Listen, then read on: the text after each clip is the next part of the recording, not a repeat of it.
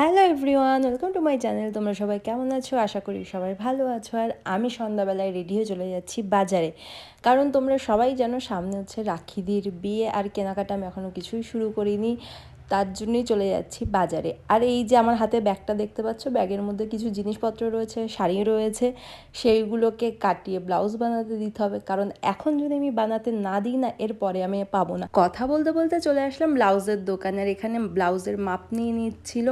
আর আমি না মাকে বলেছি একটু ক্যামেরাটা ধরে দেওয়ার জন্য, আমার মা আমাকে ব্লাট করে দিয়েছে, আর মা শাড়ির দিকে ফোকাস করে রেখেছে। আর মানে কি বলবো, মানে কিছু বলার নেই, মানে একটা ক্যামেরাম্যানও ভালো পেলাম না, কপালটা এতটাই খারাপ।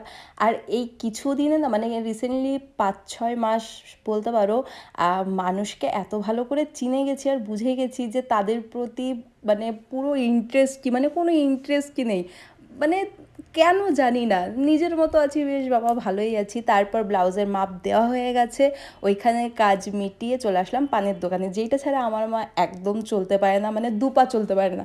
আর এদিকে আয়ুষ অনেক হাসি খুশি ছিল, ও জানে ও বাজারে বাইক কিনতে যাচ্ছে, কিন্তু ওকে বাইক কিনে দেওয়া হয়নি বলে ওর এত কান্নাকাটি দেখতেই পাচ্ছ, মানে কাঁদতে কাঁদতে বেচারা পুরো লাল হয়ে গেছে। আমরা গেছিলাম কি করতে আর কি করে বাড়ি এসেছি, মানে আয়ুষের জামা কাপড় কিনে নিয়ে চলে এসেছি। আর ওর না, ও যেহেতু এবার লম্বা হয়ে গেছে, আগের বছরের সোয়েটার ওর কোনো কিছুই গায়ে হচ্ছে না, যার জন্য এই সোয়েটারের প্যান্ট আনা হয়েছে। আর এই শার্টটা দেখে না খুব পছন্দ হয়েছে মার, মা বলছে নিই নি, বাড়ির থেকে বলে যায় যে বেশি খরচা করবো না, বাজারে গেলেই শুধু খরচা হয়।